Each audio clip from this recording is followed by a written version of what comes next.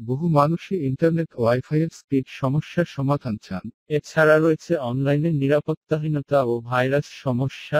এসব সমস্যার সমাধান নিয়ে কিছু প্রশ্ন এবং উত্তর দেওয়া হলো প্রশ্ন। আমার মনে হয় প্রতিবেশী আমার ইন্টারনেট সিগন্যাল চুরি করছে। এ কারণে আমার ওয়াইফাইয়ের গতি কমে যাচ্ছে, ব্যান্ডউইথও শেষ হয়ে যাচ্ছে। এ সমস্যার সমাধান কি? উত্তর: ইন্টারনেট সার্ভিস প্রোভাইডার যদি জানায় তারা গতিতে কোনো পরিবর্তন আনেনি, তারপরও আপনার ইন্টারনেটের গতি অজ্ঞাত কারণে কমে গেছে, তাহলে প্রতিবেশী কেউ আপনার ওয়াইফাই ইন্টারনেট ব্যবহার করছে কিনা তা লক্ষ্য করুন।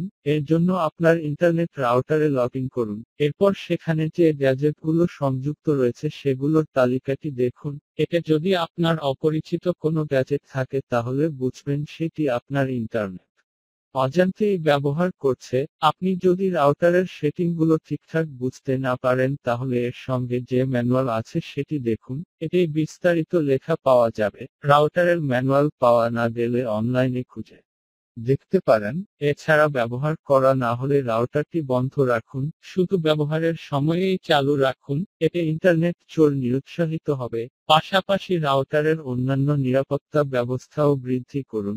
সংযোগ যেন নিরাপদ প্রোটোকলের মাধ্যমে হয় সেটি দেখে নিন। রাউটারের কোনো নিরাপত্তা ত্রুটির কারণে যেন ইন্টারনেট চোর সুযোগ না পায় সেজন্য রাউটারটি ফ্যাক্টরি রিসেট করুন। এছাড়া আপনার ডিজিটাল ডিভাইসগুলোর সবচেয়ে কাছাকাছি স্থানে কোনো বাধা ছাড়া রাউটার রাখার চেষ্টা করুন। বাড়িতে বহু ভারী ফার্নিচার থাকলে সেগুলোর আড়ালে নয় বরং সেগুলোর উপরে রাউটার বসান। এতে বাধামুক্তভাবে রাউটার আপনার ডিভাইসগুলোর সঙ্গে সংযুক্ত হতে পারবে। বাড়ির এক প্রান্তে না রেখে তা বাড়ির মাঝামাঝি স্থানে বসানোই যুক্তিসঙ্গত।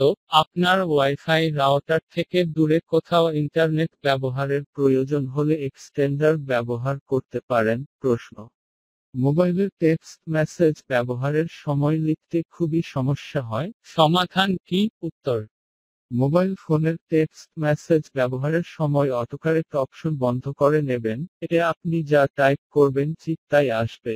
এর জন্য সেটিং থেকে ল্যাঙ্গুয়েজ কিবোর্ডে যান। এরপর অটোকারেক্ট অপশন কিংবা স্পেল চেকার খুঁজে বের করুন। এরপর তা বন্ধ করে দিন। প্রশ্ন: কম্পিউটারের ভাইরাস থেকে রক্ষার জন্য সম্পূর্ণ কম্পিউটার ফরম্যাট করে নিতে হবে কি? উত্তর: সম্পূর্ণ কম্পিউটারের ফাইলগুলো ফরম্যাট করে দেওয়া হলে তাতে প্রয়োজনীয় ফাইলগুলোও চলে যাবে।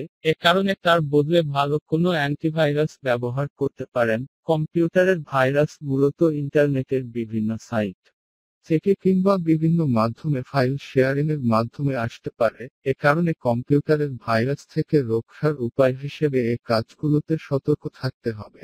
নতুন কম্পিউটার ব্যবহারের শুরুতেই আপনার একটি ভালো অ্যান্টিভাইরাস ইনস্টল করা উচিত।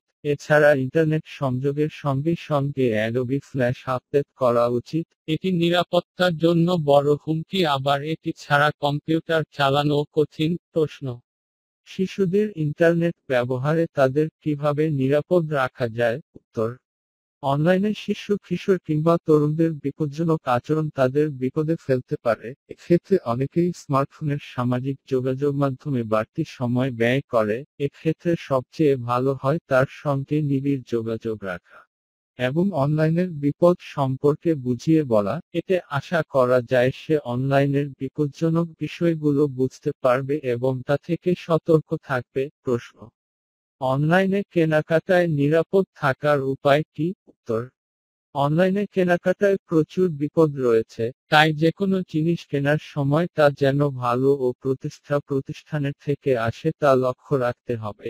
এছাড়া অর্থ ট্রান্সফারের সময় ব্যাংকের অ্যাকাউন্ট বাদ দিয়ে অন্য কোনো উপায় অবলম্বন করা উচিত। নগদ টাকা নিয়ে সন্দেহজনক কোনো স্থানে সরাসরি যাওয়া উচিত নয়, তার বদলে পরিচিত কোনো জনবহুল স্থানে লেনদেন করুন। সবাইকে ধন্যবাদ।